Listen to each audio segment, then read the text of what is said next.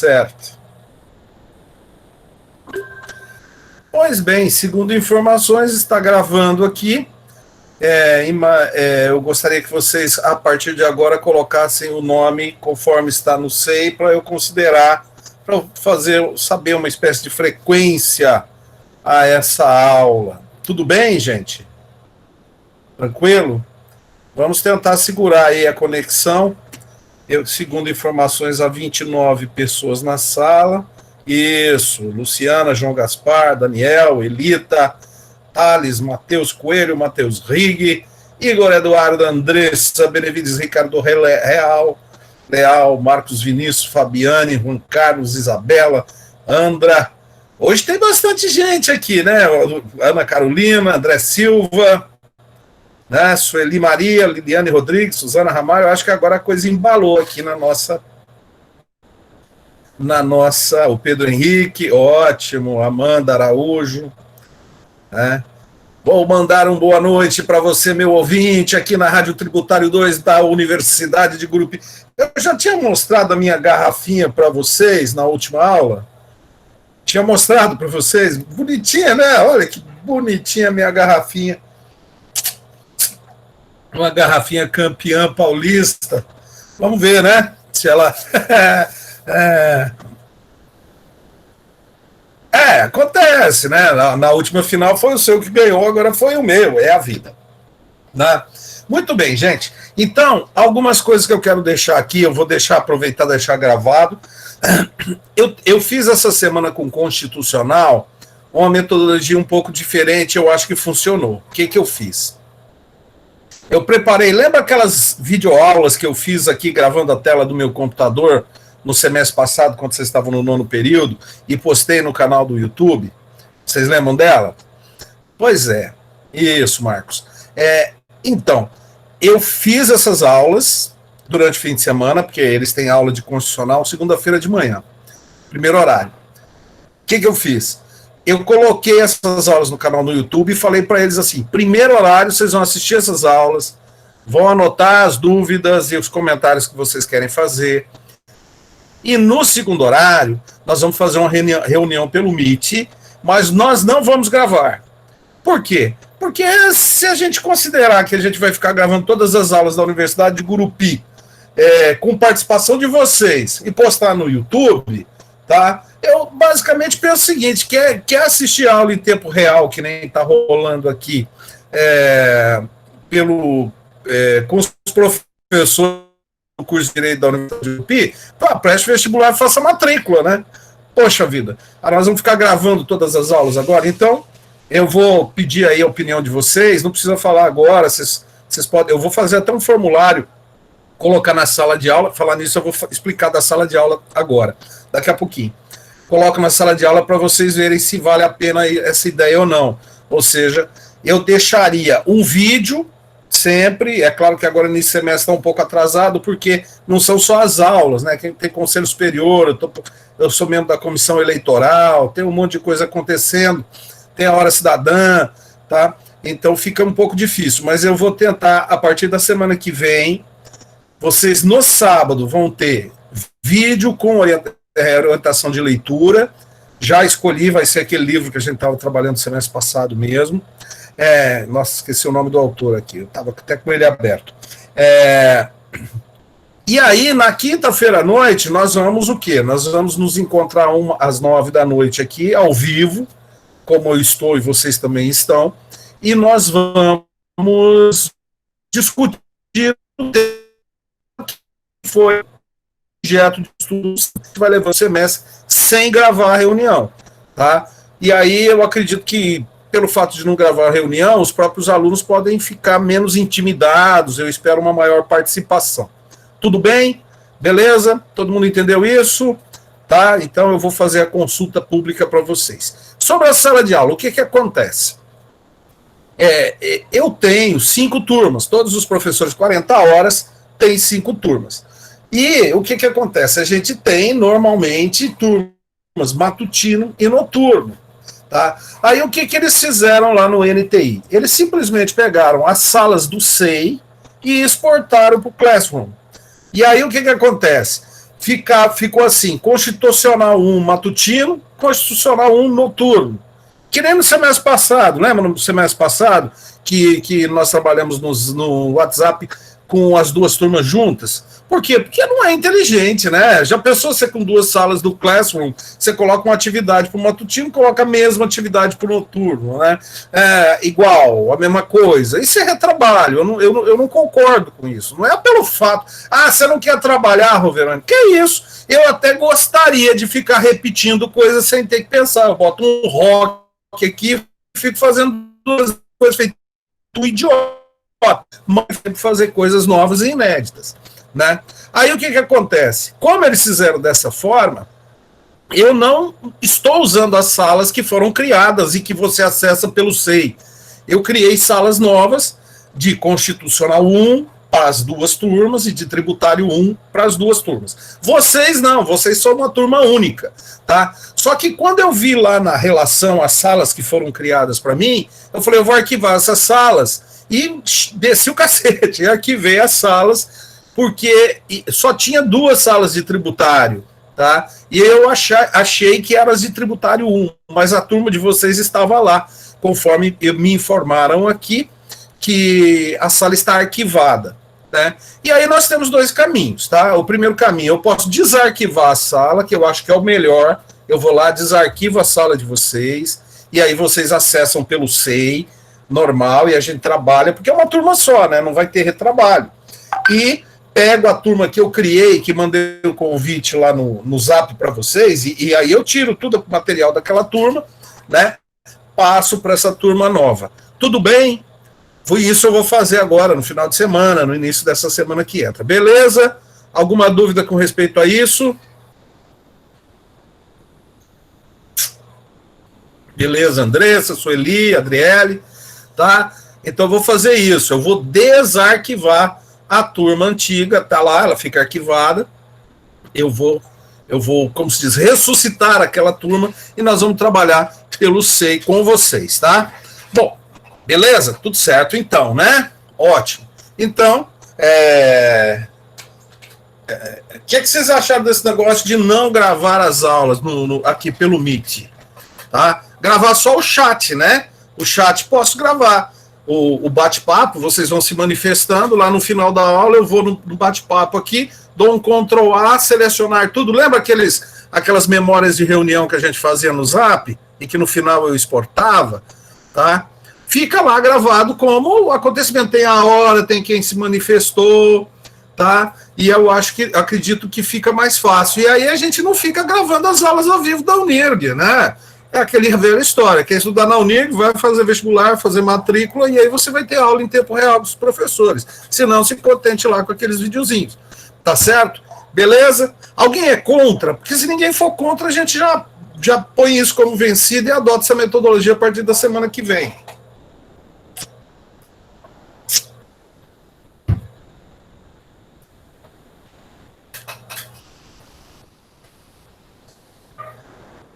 Bom, ninguém se manifestando, então, eu considero que vocês concordam, então, a partir da semana que vem a gente começa com isso. Eu vou ver se eu consigo preparar um material, aula gravada. É sem graça mesmo, né? A gente ao vivo aqui, até a gente curte de boa, mas depois você vai assistir uma aula gravada, fica estranho. Eu até tento fazer um negócio meio rádio, né? E comentando aqui... quem está falando, o que está perguntando, mas realmente é esquisito, né? Então a gente faz o quê? A interação online, ao vivo, e aí é como se fosse uma aula mesmo, porque na verdade, aquela coisa, né? Nós estamos presentes, eu estou aqui olhando para uma tela de computador, você está olhando para o seu computador ou para o seu celular, e as coisas estão acontecendo, e você pode pedir a palavra, é só ligar o microfone, falar, professor, colocar o que você pretende colocar e a gente interage, beleza? Tudo bem? Tudo bem, né? Então, eu vou iniciar aqui uma pequena apresentação que eu fiz para o conteúdo de hoje. Para a gente dar sequência, eu gosto no 10º período dar uma correriazinha no início aí do semestre, porque daqui a pouco vem TCC. Eu expliquei tudo isso lá na aula passada, né? tem TCC, tem formatura, tem dramas existenciais de toda natureza e tal, e aí chega e como o direito tributário é uma disciplina técnica, né? Como eu disse lá, se você chegou no 10º período e não tem interesse em ser tributarista, você consegue ser um bom trabalhista, né? Ser um bom penalista. Agora, direito de empresa, você vai né? Mexer com empresarial, você vai sofrer um pouco se não entender de tributário, mas você pode ser um bom comercialista, entender bem de direito civil, contratos e assim por diante. Então, né, como eu já disse claramente, não vou pegar no pescoço de ninguém e obrigar a assistir a ser bom em tributário, né? Isso aí tem que vir de você tem que querer isso. Então, vamos dar uma corrida aqui e deixar o conteúdo bem tranquilo, porque algumas coisas você tem que saber, né? Mesmo que você não queira ser um tributarista, você é contribuinte, né? E tá aí vindo reforma tributária, né? Estão querendo fazer umas reformas aí que tem gente que concorda, gente que discorda. Eu acho que a gente tem que discutir isso também, ok?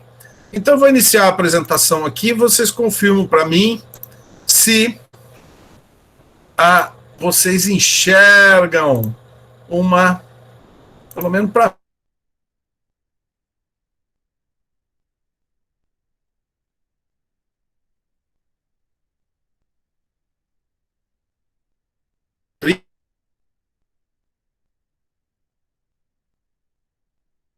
eu estou feliz com isso aqui.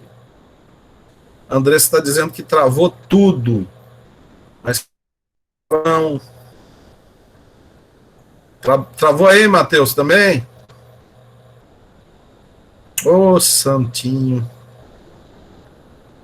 Ixi, Maria, travou para Suzana. Mas vocês estão me ouvindo, hein?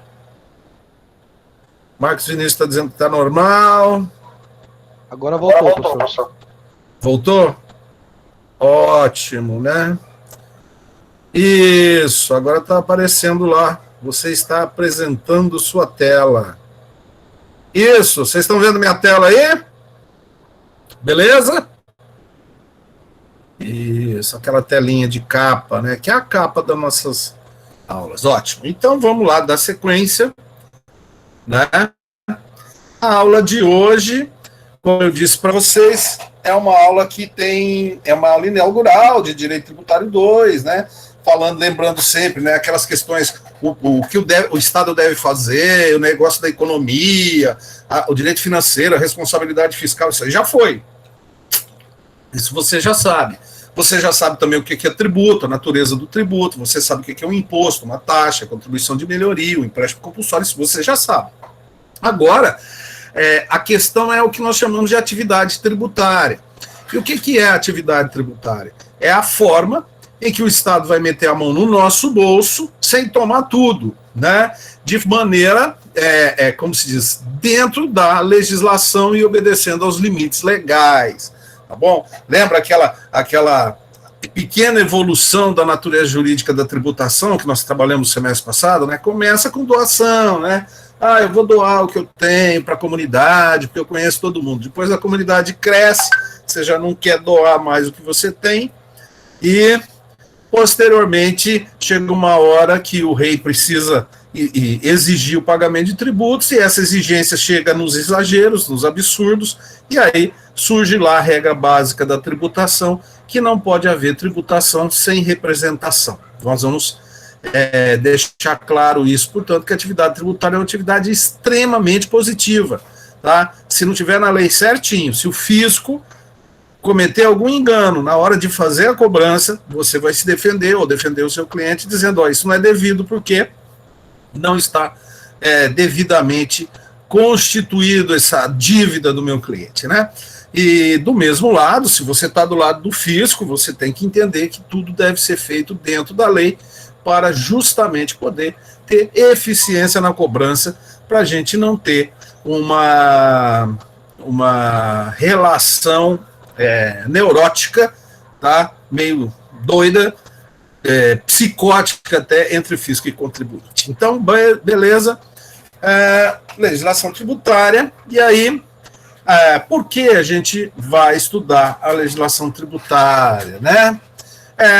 No livro que foi a referência, desculpa, não estou lembrando o nome desse autor mesmo, ele diz, só conferir, tá todo mundo aí, travou, tá indo em ordem aí, tá rodando direitinho, mudou a tela. Ótimo, tá liso, diz o Matheus. Tudo certo, diz o Igor, né? Ótimo, beleza. Então vamos lá, né? O livro explica a importância de estudar a legislação tributária, né? Ele diz lá, a manifestação de um poder capaz de impor condutas e regular relações intersubjetivas exige a presença do vetor lei, né? Afinal de contas, nós vivemos num Estado civilizado, e aí ele deixa claro, né, a nossa Constituição deixa claro que o único parâmetro capaz de sobrepujar as vontades individuais é a lei. Está lá no artigo 5º, o princípio geral da legalidade. Ninguém será obrigado a fazer ou deixar de fazer alguma coisa, se não em virtude de lei, né? Se não for em virtude de lei, é pela força das armas, né? Aí é sequestro, né? Assalto, é outra coisa, né? Tudo bem que tem aí a turma da milícia, né? Que costuma fazer justiça com as próprias mãos, mas isso é máfia, né? Isso aí, o país civilizado já passou por isso, nós estamos passando, ainda temos no Brasil esses cangaceiros modernos.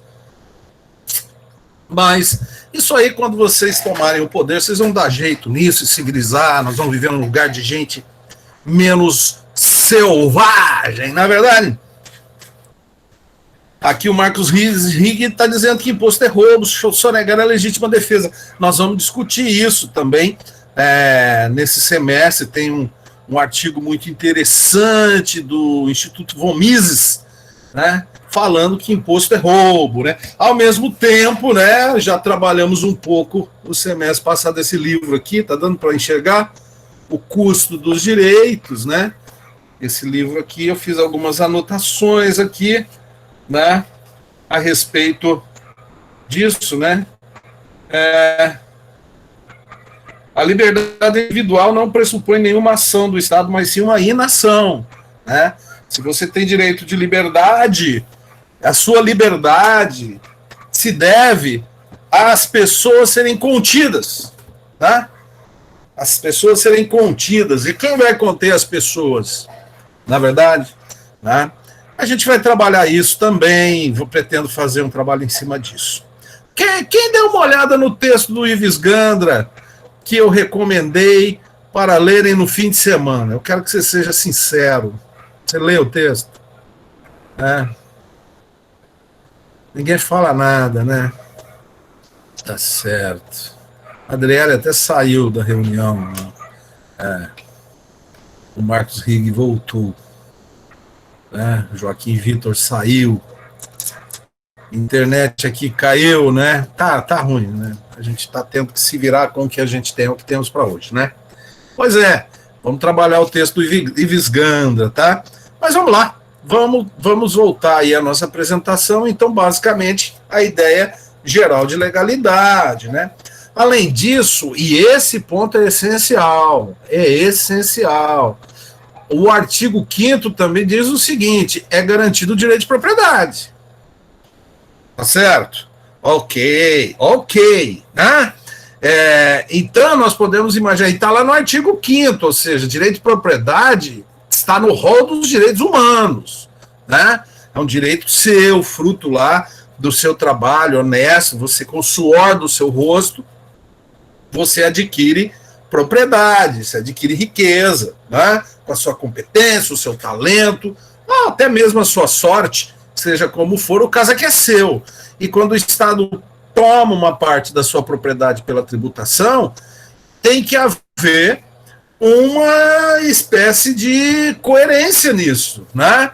Porque, como eu pretendo demonstrar aqui, existe uma oposição clara entre o direito de propriedade, nós, contribuintes, não é fácil ganhar, custa, né? Lembra aquela brincadeira que eu fazia, né? Quem gosta de ganhar dinheiro, né?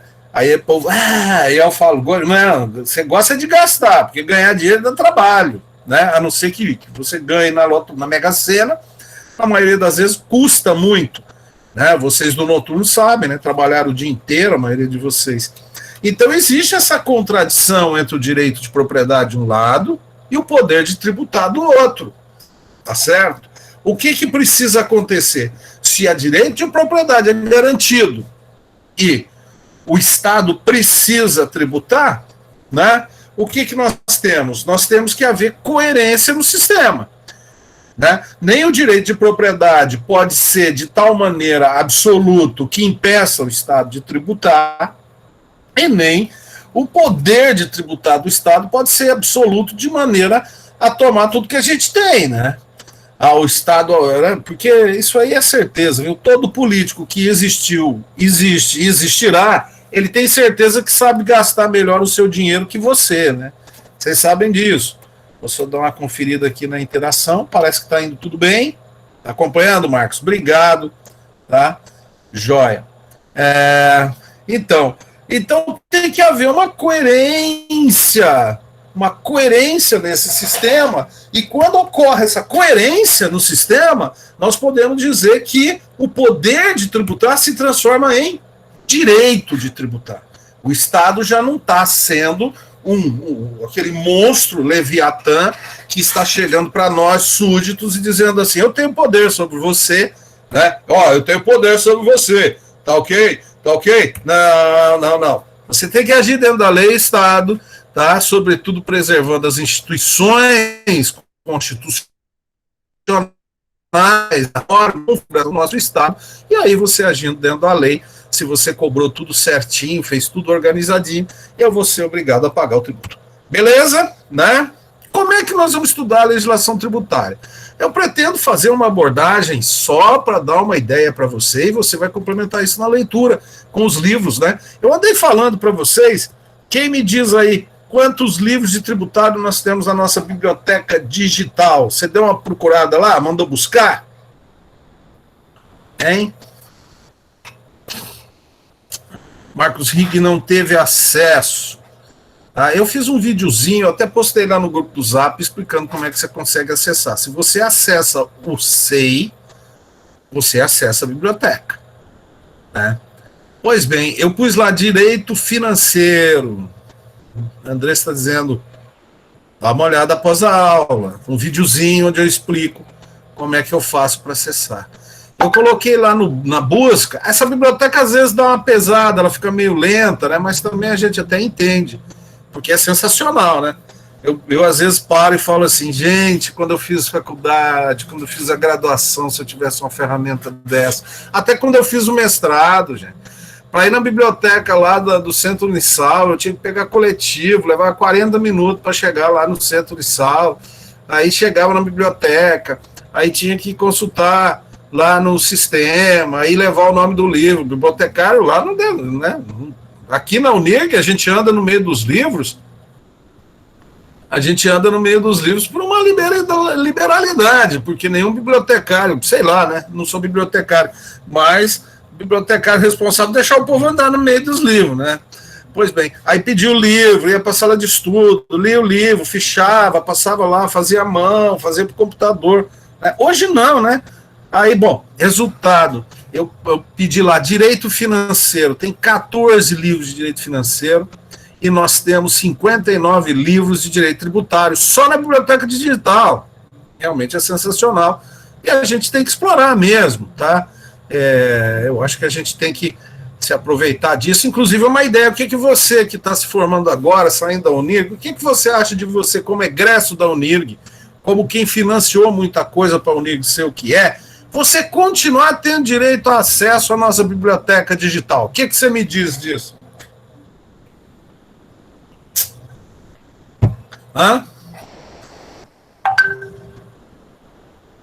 Aqui ninguém está falando nada.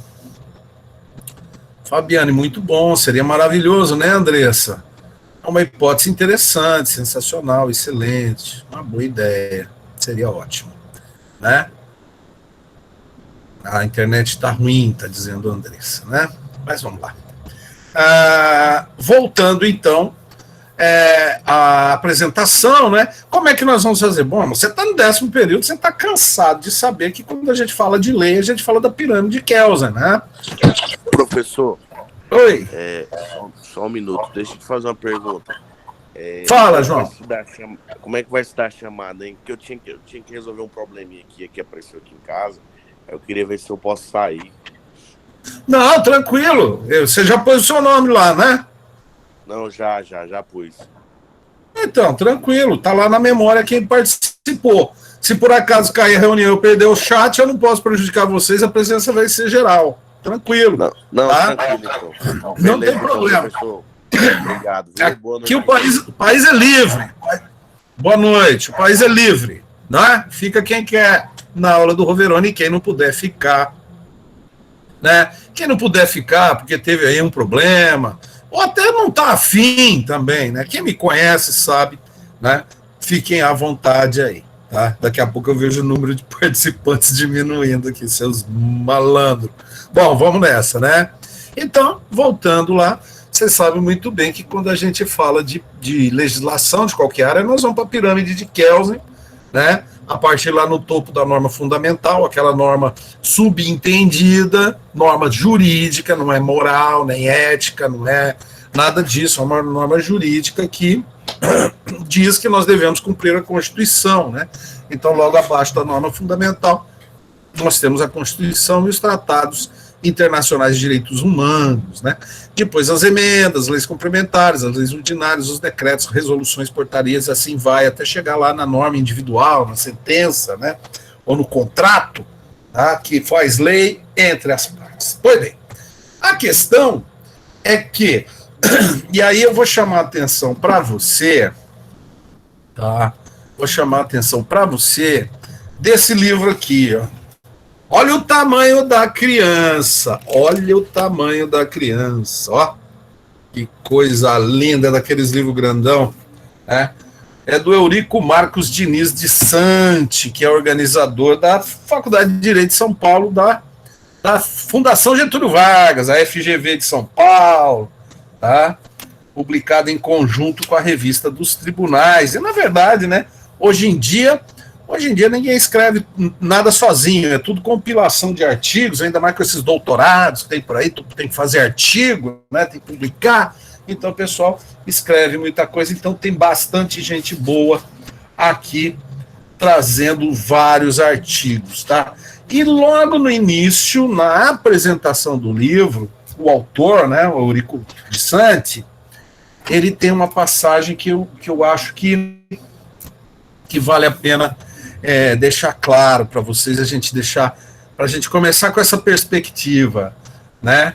Bom, o livro é Kafka, lembra de Franz Kafka, ou da Metamorfose, né? Famoso Franz Kafka, que sofreu com a ditadura lá na Tchecoslováquia, né? Marcos Rig voltou. Kafka, né? Alienação e deformidades da legalidade, exercício do controle social rumo à cidadania fiscal, tá? Então, eu fiz referência a esse livro, tá?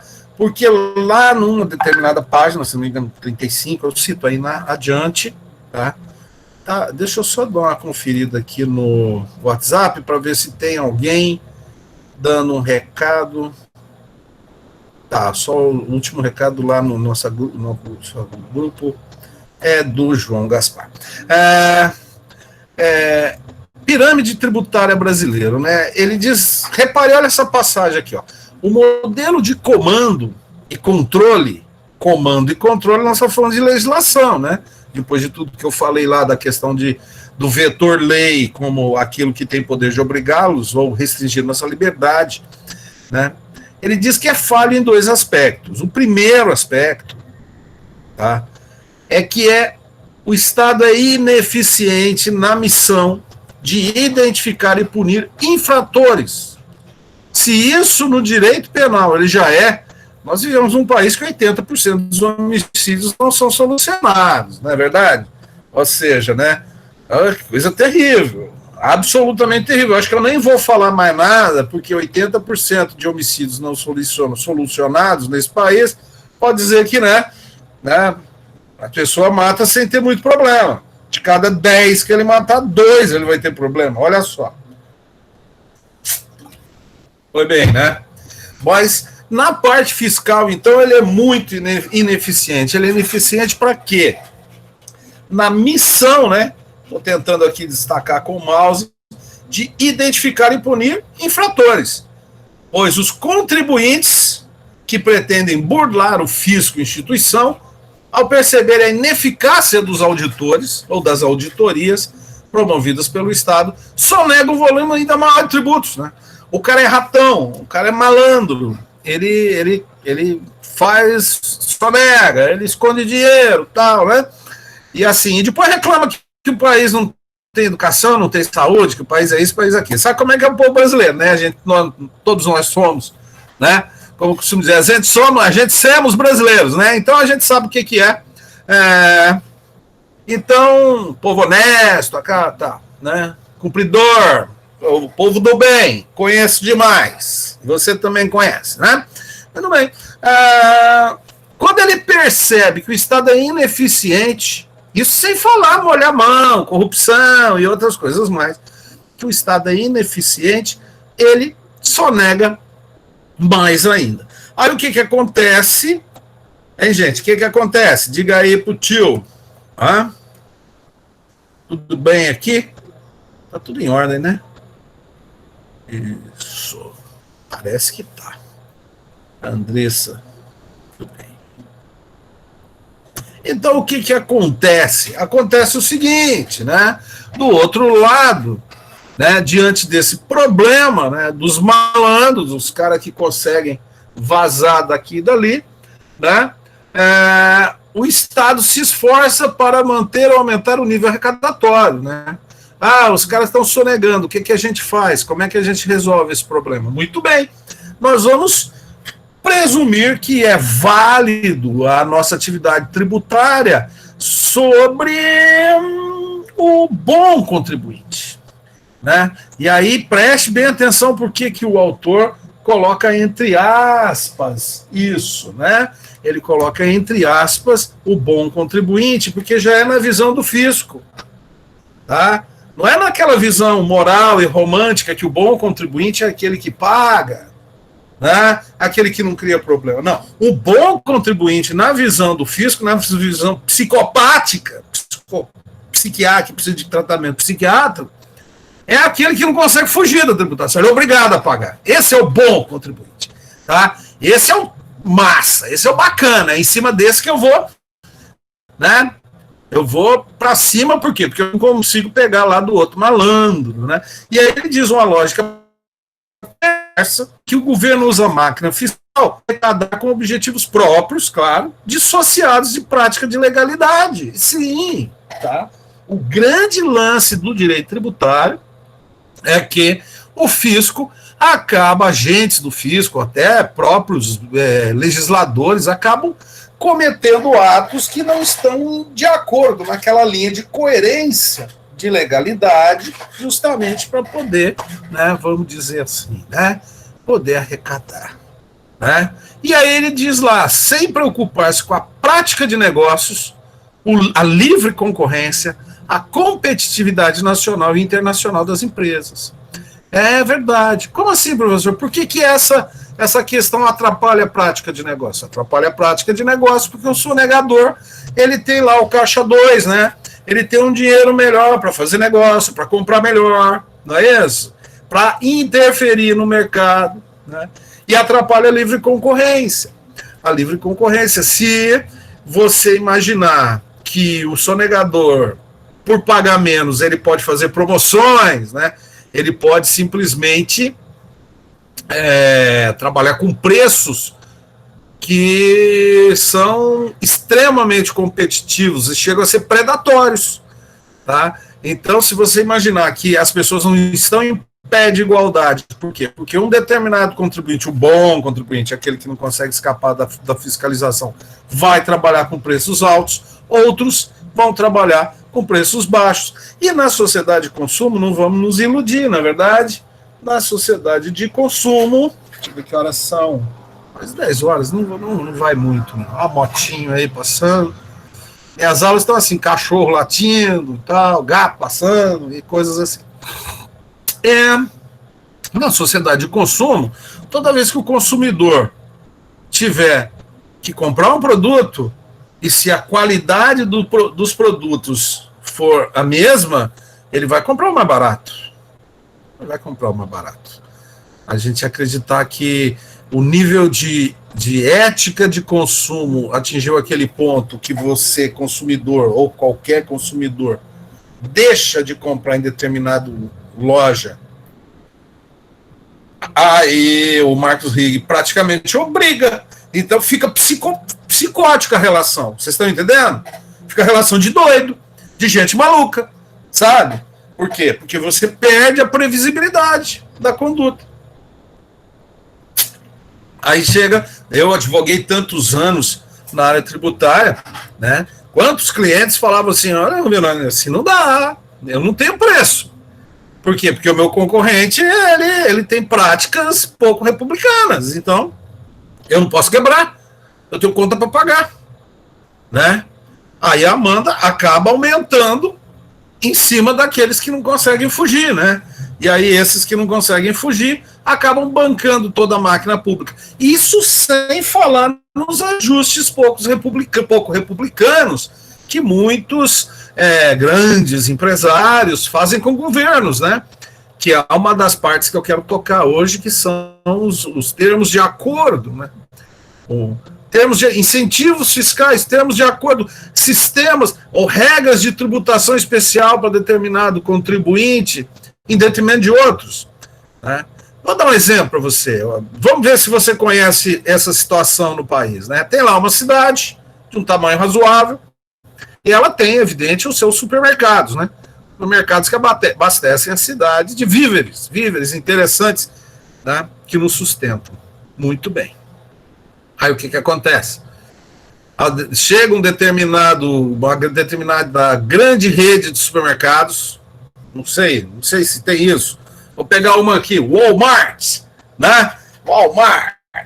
Ela chega, a primeira coisa que esses caras fazem é o quê? Né? O MEI, né? Essas grandes redes, né? Elas chegam e Mateus em Palmas, você viu? Mateus em Palmas é um exemplo. Beira-Rio, não sei se o Beira-Rio tem termo de acordo com o estado do Tocantins, não, né?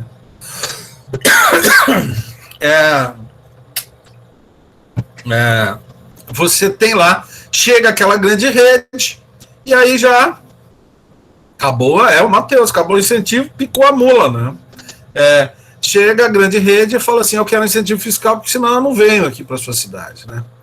E os governantes também, eles ficam numa sinuca de bico, né? Porque a oposição, você sabe como é que é a democracia. A democracia é um sistema muito louco, né? A pessoa se elege, não consegue governar porque a oposição não deixa governar. Porque se ele fizer um bom governo, ele vai ser reeleito. Então fica essa coisa esse jogo de maluco de um lado do outro, ainda não é no Brasil, problema mental que nós temos, muito sol na cabeça, cozinhando nossas caraminholas, né? Então, o que acontece? Fazem lá acordos, né? Termos especiais, né? Que acabam atrapalhando sobremaneira, né? A prática dos negócios, a livre concorrência, a competitividade também e internacional das empresas. Bacana? Se você se interessar, tá? E quiser mais, a gente pode também trabalhar mais ideias desse livro aqui, organizado pelo professor Desante, lá da FGV de São Paulo. Muito bem. Então, vamos lá. Você já deve ter percebido, a uma altura dessa do campeonato, que a legislação tributária, essa é a pirâmide de Kelvin, tá? Eu tentei, viu, gente? Eu confesso para vocês que eu passei um bom tempo hoje, e vocês estão percebendo que o calorão está chegando, né? O calorão está chegando mesmo, aos poucos. Agora que está dando um ventinho fresco aqui. Outro dia era 5h30 da tarde e ventinho fresco, agora já perto das 10 horas. Daqui a pouco o ventinho fresco vai ficar só na lembrança. Foi bem. Eu passei um bom tempo aí tentando organizar essa pirâmide de Kelsen com o pé comprido, né? Com o pé comprido, tentando mostrar para vocês, e você já deve ter percebido, que o volume da legislação tributária é simplesmente espantoso. Sem contar que você já sabe disso. Vocês estão me ouvindo bem, gente? Hein? Só dá de vez em quando um feedback aí no chat para não ter impressão. Tá ouvindo, Ricardo? Tá ouvindo? Ítalo, Marcos Vinícius, Andressa, ótimo. Tá. Depois, quando a gente pegar o chat gravado, tem umas horas que tá assim, sim, né? Beleza. Obrigado aí pelo retorno, gente. Né? Ótimo. Então, ótimo, obrigado. Então, nós estávamos onde? Você já deve ter percebido, porque você sabe disso, né? Que a pirâmide tributária é simplesmente loucura. Por quê? Porque enquanto lá o direito penal consegue resolver as coisas com Código Penal, Lei Maria da Penha, Lei contra a lavagem de dinheiro, algumas leis especiais penais, tá? O Código Civil resolve praticamente todas as coisas, né? Que também temos, né? Lei de falências, temos outras leis aí extravagantes, mas a parte tributária vai ficando cada vez mais extensa. Primeiro porque nós temos a Constituição Federal, depois nós temos toda a legislação dos estados e também a legislação dos municípios, né? Porque todos eles são fisco. Então, fica mais ou menos assim, né? A pirâmide tributária, né? A parte tributária da pirâmide faz com que a pirâmide de Kelsen fique com o pé comprido, né? Quando a gente olha o resto do mundo, né? Quando a gente vê a pirâmide de Kelsen sob o ponto de vista do direito completamente, todas as disciplinas, mas quando a gente olha para a tributação. Em outras palavras, né? Você chega para mim e fala assim, professor, meu Deus, para que então estudar uma legislação maluca, tão louca? E de fato, viu, até no livro aqui que eu citei, tem uma outra passagem, que agora não vou pegar para não... A gente volta nesse assunto. Ele diz, e de fato acontece, se alguém no Brasil quiser pagar todos os tributos corretamente, ele não vai conseguir. Por incrível que pareça, o custo que uma empresa tem de se instalar aqui nessa bagaça é estonteante. Por isso que é preciso simplificar, deixar as coisas certas. Sempre tem uma brecha, sabe? Sempre tem um jeito do fisco chegar e falar que o cara está devendo, sabe? E falar que ele errou. E assim, uma confusão tal que faz com que o país expande investimentos. E faz isso há muitos anos. E pelo visto, como nós vamos ver as propostas de reforma tributária da Câmara, do Senado e do governo, pelo visto nós não vamos muito além, não. Mas, basicamente, o que a gente faz estudando a nossa pirâmide tributária? A gente vai entender o mapa, né? Eu pus aqui o mapa do Tesouro, né? Peguei na internet o mapa do Tesouro, agradeço aí alguém que postou na internet o Tesouro de Ponce de León, né? Eu não sei se você consegue ver aí bem, mas realmente você tem que ter o mapa, você tem que saber o caminho. Essa é a ideia da aula de hoje, é mostrar para você que não tem a menor chance da gente pegar a legislação e dar um pente fino nela. O que nós vamos fazer aqui na graduação é mostrar para você caminhos, quais os caminhos que você vai percorrer para você poder transitar nessas águas tormentosas do direito tributário. Todo mundo entendeu? Posso ir adiante? Tá? Alguma dúvida? Alguma pergunta? Vocês estão assistindo minha aula mesmo ou vocês estão ouvindo música aí? Hoje a gente estava brincando, Matheus Coelho, como estamos aqui? Vocês estão juntos aí? Não pode aglomerar? Nenhuma dúvida. Tranquilo, por enquanto, sem dúvidas. Não entendi o para quê. Amanda, finalmente, uma dúvida, Amandinha. Para que estudar uma legislação que parece, como se diz, intransponível, né? Não dá para a gente conhecer ela inteira. Para quê? Para a gente saber caminhos, para a gente ter condições de, se precisar, para saber por onde ir, sabemos por onde caminhar, né? E saber quando nós estamos, como se diz, esse caminho aqui não vai dar muita coisa, não. Essa é a ideia, entendeu, Amanda? Tá? A ideia do para que é isso. Para que estudarmos a legislação tributária? Então, por quê? Resumindo até agora. Por quê? Porque, entendeu, né, Amanda? Obrigado. Vocês são ótimos, né? Por quê? Porque é a lei que obriga, né? E a lei tem que estar dentro do ordenamento sem inconstitucionalidades, né? Como? Através estudando a pirâmide de Kelsen, e que a gente vai começar a partir de agora. E para quê? Para a gente ter caminhos, né? Para a gente saber o mapa da mina, ou o mapa do tesouro, né? Eu até postei lá, vocês viram que o CARF, calzinha pequenininha, até 8 milhões, dá para julgar virtualmente, né? Se você percebeu, calzinha pequenininha até 8 milhões, né? Então, o mapa do tesouro. Sacou, né? Tá bom. Beleza. Vamos então, né? Para a próxima tela, né? Começando, como eu disse, com a Constituição.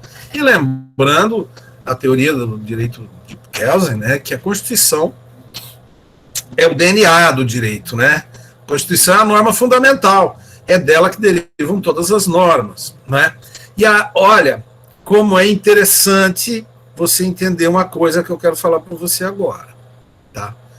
Eu vou lá no artigo 150, que fala das limitações constitucionais do poder de tributar, tá? E o artigo 150 diz assim, ó, sem prejuízo de outras garantias asseguradas ao contribuinte, é vedado, ou seja, é proibido, não vem não, a União, aos estados, ao Distrito Federal e aos municípios, está lá, exigir aumentar tributos sem lei que o estabeleça. Nós vamos voltar nesse princípio, que é o princípio da legalidade estrita tributária. Tá? Esse não é o princípio geral da legalidade que a gente viu lá no artigo 5º, no início da aula. Esse é o princípio da legalidade tributária estrita. Ok? Vamos voltar nele. Mas o que eu quero te chamar a sua atenção agora é para isso que está destacado aqui, tá? Ó, sem prejuízo de outras garantias asseguradas ao contribuinte. Tá? Aí você fala assim, puxa vida, mas se eu estou no capítulo das limitações do poder de tributar, eu posso imaginar que todas as garantias do contribuinte estejam aqui, né? Mas não, a própria Constituição diz assim, ó, tem outras garantias, e ó, elas continuam valendo, sem prejuízo dessas outras garantias, pelo menos aqui eu dou a primeira, né? Tem que ter lei.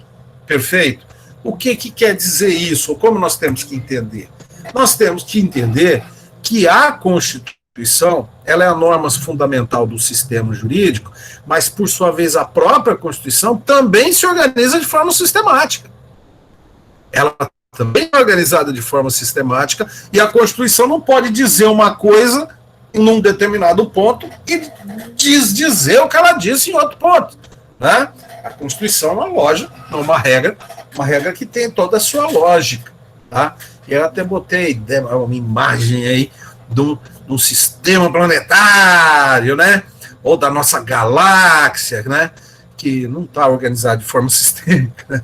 Apesar de parecer, a gente chama de sistema solar, mas o caso é que o sistema jurídico, ele é complexo. Então, a primeira coisa que a gente tem que pensar é o seguinte, peraí, tem aqui um sistema de proteção tributária, mas tem outras normas de proteção. Quais são essas outras normas de proteção? Bom, coerentes com o sistema. Bom, vamos lá, né? Posso dizer o seguinte, bom, se o Estado tem que agir estritamente dentro da legalidade para poder cobrar tributos, não vou falar meter a mão no bolso, porque fica uma coisa meio grosseira. Vamos falar para poder exigir do contribuinte o pagamento do tributo, né? A primeira coisa que você deve lembrar é que ele deve agir dentro dos ditames da administração pública, porque ele é uma atividade estatal, não é? Então, você lembra, peraí, tem lá a questão da legalidade, lá da administração, da moralidade, da eficiência, da publicidade, né? Então, isso já é um começo, né? Você já faz a linkagem, você vê que o texto você consegue fazer essa conexão. Mas você também pode e deve pensar o seguinte: então ele tem que agir estritamente dentro da lei. E se o Estado tem que agir estritamente dentro da lei, ele tem obrigação legal de cobrar exatamente o devido, nem um centavo a mais. Está entendendo onde eu quero chegar com isso? Está compreendendo? O contribuinte tem obrigação de pagar tributo? Tem. Mas ele tem o direito de pagar exatamente o devido. Isso significa dizer que a administração pública tem obrigação de apurar corretamente o devido. E se não fizer isso, o contribuinte tem direito de chegar para a administração pública e falar assim: você não está cobrando corretamente. Né? E se ele tem o direito de alegar isso, então vale para o contribuinte todo o grande princípio do devido processo legal, né? O grande princípio do devido processo legal e também do contraditório de ampla defesa. Porque isso sim vai nos fazer ser um Estado civilizado, né? E não um bando de piratas que tomaram o anal e estão como se diz, espoliar os demais. O tempo já está passando, né? Espoliar os demais membros da nau, né? Os marinheiros. Então, para sintetizar o que eu quero dizer, é o seguinte: repare se o fisco deu ampla defesa ao contribuinte. Tá? Tem um caso que eu sempre conto, uma defesa que nós fizemos na época que nós estávamos defendendo a Unirg, e eu acho que vale a pena contar isso. A Unirg estava sendo multada lá, uma questão de professores estrangeiros e tal, e fizeram um auto de infração, naquele tempo, 25 mil reais, cara, 25 mil reais era muita grana, em 2002, tá? Era muito dinheiro, ainda mais considerando que a Fafic lá arrecadava 200 mil por ano, né? Não o que a Unirg arrecada hoje, mas, né, dinheiro, continua sendo hoje dinheiro, né? Tem um barulhinho aqui no WhatsApp, mas não tem recado nenhum do 10º período. Ótimo. Né? Então, né, a autoridade que fez o auto de infração, cobrando uma multa da Unirg naquela época, não citou o nome dos professores. Foi o que aconteceu. Não citou. Falou que assim, o auto de infração estava assim: contrataram professores estrangeiros sem obedecer às regras legais. A gente sabia, porque realmente comeram bola, tinham comido bola, sabe? Tinham deixado de cumprir, até porque o Brasil é cheio de trick, né? O Brasil é um país que quer ser perfeito, a gente acha que engana, né? Bando de, né, incompetente. O Brasil, no mundo inteiro, as pessoas andam com passaporte, mas não, para o estrangeiro, quando vem trabalhar no Brasil, ele tem que tirar a carteira de identidade de estrangeiro, né? Não serve o passaporte. Tá? Bom, passou. O caso é sabendo que cumprir as regras, né? Aí o caso é o seguinte: até o meu estagiário virou para mim e falou assim: o pior é que a gente ainda tem que adivinhar quem são os professores. Sabe quando dá uma luz assim? E eu pensei, cara, como é que eu, para me defender de uma coisa que tem que ser uma acusação certa, eu tenho que presumir que foram aqueles caras. E se foram outras pessoas, outros professores? Quantos professores estrangeiros passaram por aqui? Eu não sei. Então, o auto é nulo. Ele ofende o contraditório e ampla defesa. Não é isso? Resultado. Em primeira instância, nós perdemos, porque o cara que tinha feito o auto é que julgou. E ele falou assim, não, vem que não tem, vocês sabem que contrataram fulano e beltrano. Aí nós nadamos de braçada no recurso, né? Por quê? Porque ele foi emendar inicial onde? Na decisão, onde ele devia, por princípio de moralidade administrativa, ele devia julgar com imparcialidade de acordo com a lei e com a Constituição, mas não, ele quis, a autoridade no momento lá quis dizer o seguinte, não, meu auto não tem defeito, meu auto de infração não tem defeito, quando tinha obrigação da administração pública, quando verifica um erro, é corrigir o erro, mas não corrigiu o erro, aí nós falamos, emendar inicial na decisão, aí que acabou com o contraditório, o Estado de Direito e a ampla defesa. Vocês estão entendendo a linha de raciocínio? Quem entendeu a linha de raciocínio? Dá um toque aqui, para mim. Tem 25 na sala. Marcos Riga, entendeu? Fabiane, entendeu, Fabiane? Entendeu, Cairo, Matheus? Ótimo. Juan Carlos, Igor. Ótimo. E aí eu te pergunto, o que essa linha de argumentação, Amanda, entendeu, Vanessa? Eu te pergunto, o que essa linha de argumentação tem a ver? O que essa linha de argumentação tem a ver com o direito tributário específico? Hein? Né?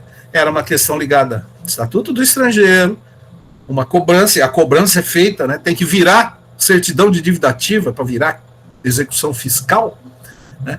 E nós utilizamos basicamente a Constituição Federal. Compreenderam o que eu quero dizer, gente, quando eu coloco lá os tais dos sistemas complexos? É que o sistema jurídico não pode abrir mão da sua unidade, tá ok? Beleza? Então, até o momento. Por quê? Porque precisa de lei, não é? Como? Através da pirâmide normativa. Para quê? Para você saber caminhos. Mas você vai saber caminhos, você vai saber por que rua vai passar, mas não perca nunca a noção de toda a cidade. É por isso que você precisa de um mapa. Todo mundo entendeu onde o tio quis chegar? Posso tocar para frente? O que o Juan Carlos disse aqui? Deixa eu ver.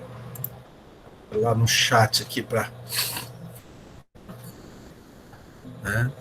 Tá chegando aí, gente. Igual a multa de trânsito em primeira instância, quem julga o recurso é o mesmo órgão autuador. Exatamente! Sabe por que é assim? Quando a gente estudar o crédito tributário, vocês vão ver que o Estado, todos os dinheiros, lembra que a gente estudou? É receita pública. Não é tributária, porque não é tributária porque é uma derivada involuntária, né? Ninguém, né? A imposição de multa, né? Então ele tem que virar crédito tributário. Então você faz a defesa. O Juan Carlos fez a conexão necessária. Posso seguir então, gente? Já estamos seguindo o fim da aula, né? Porque o vídeo também não pode ficar muito longo e já são 22h19, né? Vou recomendar a você, tá? Portanto, e agora vou acelerar, que uma coisa é a Constituição, tá? Quando a gente fala em lei, mas a doutrina ainda coloca que o direito tributário fala em legislação, tá? Vamos tentar explicar isso aqui, olha lá. Na Constituição, artigo 59 diz lá, processo legislativo compreende o quê? Isso aí vocês estão cansados de saber. Emenda, Constituição, que é a Constituição, né? Leis complementares, ordinárias, medidas provisórias, decreto legislativo, resoluções. Beleza? Isso é lei. Já o Código Tributário Nacional, no seu livro 2º, quando fala de normas gerais de direito tributário, tá? No artigo 96 ele diz o seguinte: a expressão legislação tributária compreende o quê? As leis, os tratados e convenções internacionais, e aí tem tratado de Mercosul, por exemplo, que se aplica aqui dentro, questão de tarifa,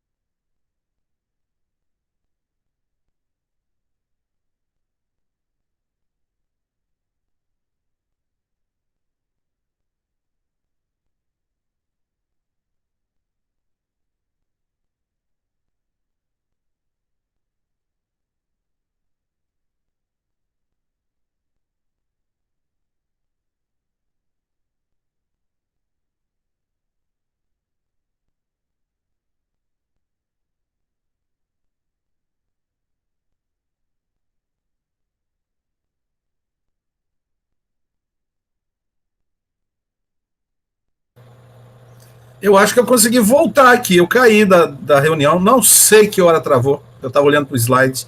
Não sei se vocês ainda estão aí. Andressa da Silva. Voltou. Tá gravando. Vamos torcer para não perder muito, né? Porque teve uma que travou, ficou lá parado. Como eu não sei nem que era editar vídeo, né? Onde é que eu parei, gente? Vocês podem me dizer? Todo mundo caiu? Vamos ver se começa de novo, né? Mas vamos lá. Estamos. Que hora que travou?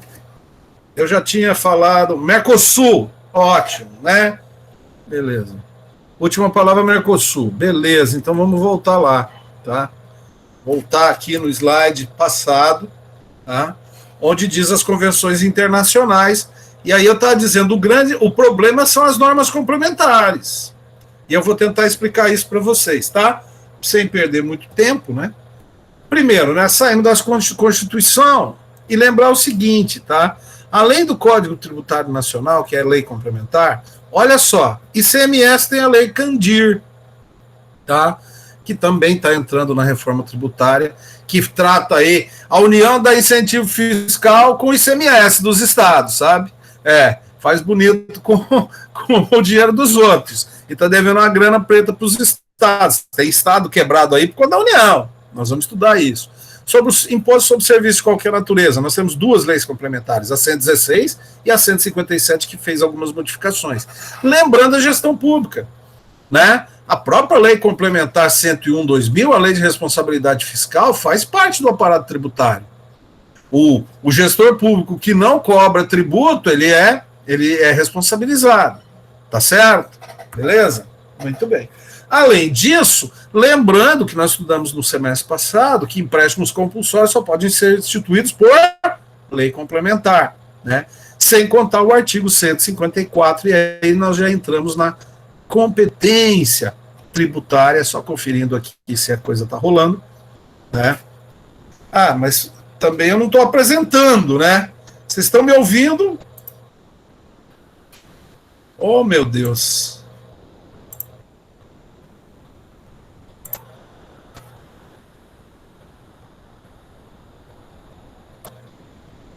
Eu estou falando aqui, mas a tela estava aparecendo por mim. Agora apareceu, não apareceu? Não estava, né? Agora sim. Eu falando aqui sem tela, depois eu falei, não estou apresentando. Então vamos lá novamente, né? Não vamos nos entregar. Como eu estava dizendo, né? Você estava ouvindo ali sem a tela, mas basicamente aqui, ó,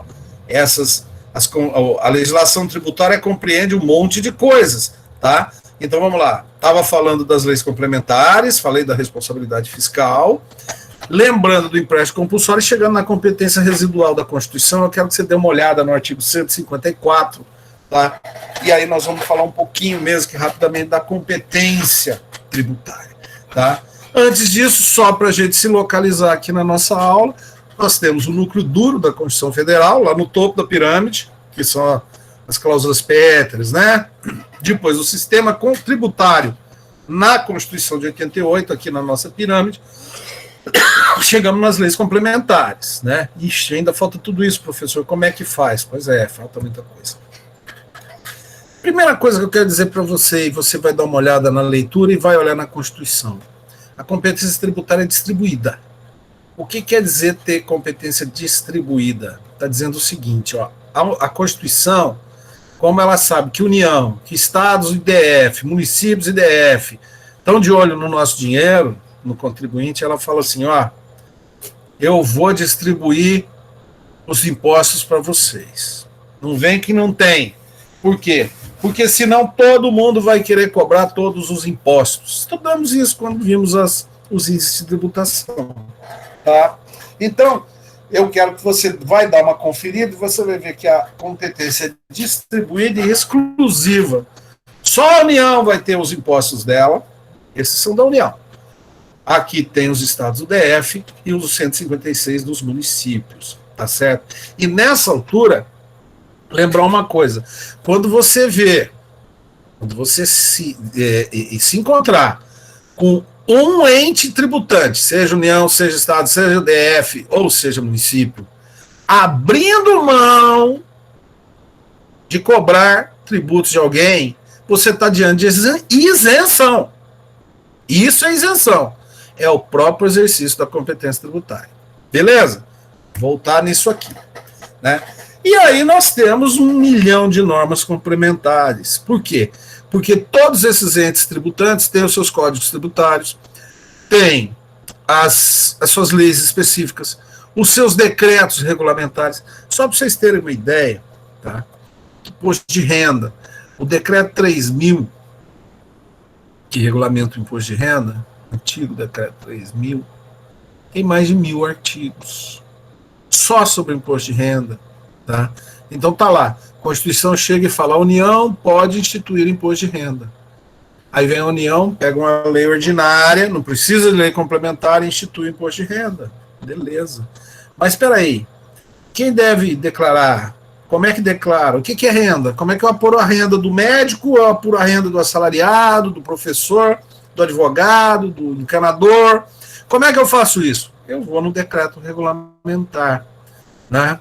E aí a coisa vai ficando cada vez mais difícil. Beleza? Né? Voltando aqui, então você tem aí, eu vou remeter à leitura mesmo, você vai lendo lá, você tem condições de ler tranquilamente, depois a gente vai continuar discutindo lá no grupo do Zap, nos próximos encontros, tá? Os decretos, as resoluções que são de conselhos, as portarias das autoridades administrativas, as ordens de serviço, pareceres normativos de procuradorias, tá? Pareceres que, segundo o parecer, é adotado como norma jurídica, instruções normativas, tá? Vamos ver, Receita Federal, Secretaria da Fazenda Nacional, o próprio INSS, trabalha muito com instruções normativas, mudando valores, mudando prazos, circulares e também as decisões administrativas. Beleza? Eu assim, com os problemas técnicos que nós tivemos, eu não sei se esse vídeo vai prestar, mas seja como for, né? Seja como for, né, gente? Nós estamos aí. Agora eu quero dar a oportunidade para você falar alguma coisinha, já que está dizendo que está gravando, não sei se vai salvar isso aí, mas eu consegui voltar para a reunião e saber se você tem alguma dúvida, porque já são 22h30 e eu já estou querendo, já minha garganta já está doendo. E você, que falou muito pouco? Estou esperando aí.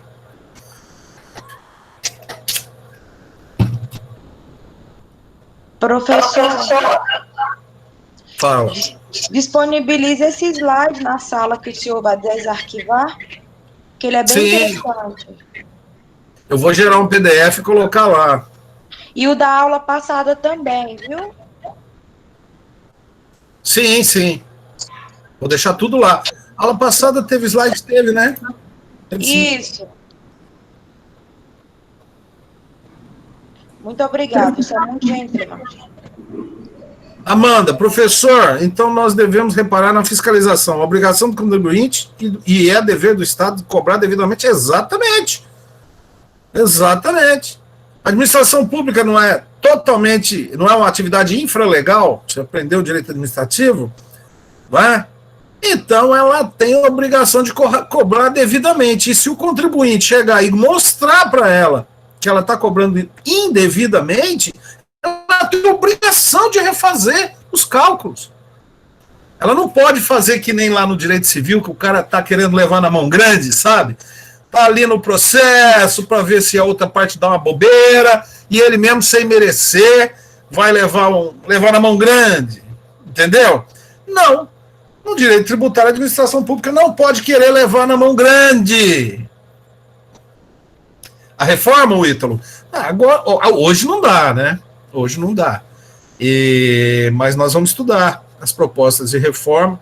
O que a gente espera é que ocorra uma reforma que simplifique o sistema, né? É o que a gente espera. Mas eu não estou com muita fé, não, viu? Porque prometeram a melhor equipe econômica do mundo e entregaram aí uma proposta de nova CPMF, né? Ah, mas o comércio eletrônico cresceu demais, né? Coisas assim. O crime O crime utiliza o comércio eletrônico. O crime utiliza, mas você, o que você usa? Você, né? Você não usa comércio eletrônico? Os caras estão querendo arrecadar. Prometeram diminuir a máquina do Estado, mas como é que faz? Taxa livro, né? Prometeram diminuir o Estado, mas como é que faz? Fez tanta besteira que aí tem que se aliar com o Centrão. O Centrão é fisiológico, vive de emprego público, de cargo público. Realmente, vamos ver no que dá. Né? A gente está aqui para isso. Beleza, gente? Bom, mais alguma pergunta? Eu vou interromper a gravação e ver o que salvou, né, da gravação. Beleza? Valeu. Eu vou interromper aqui.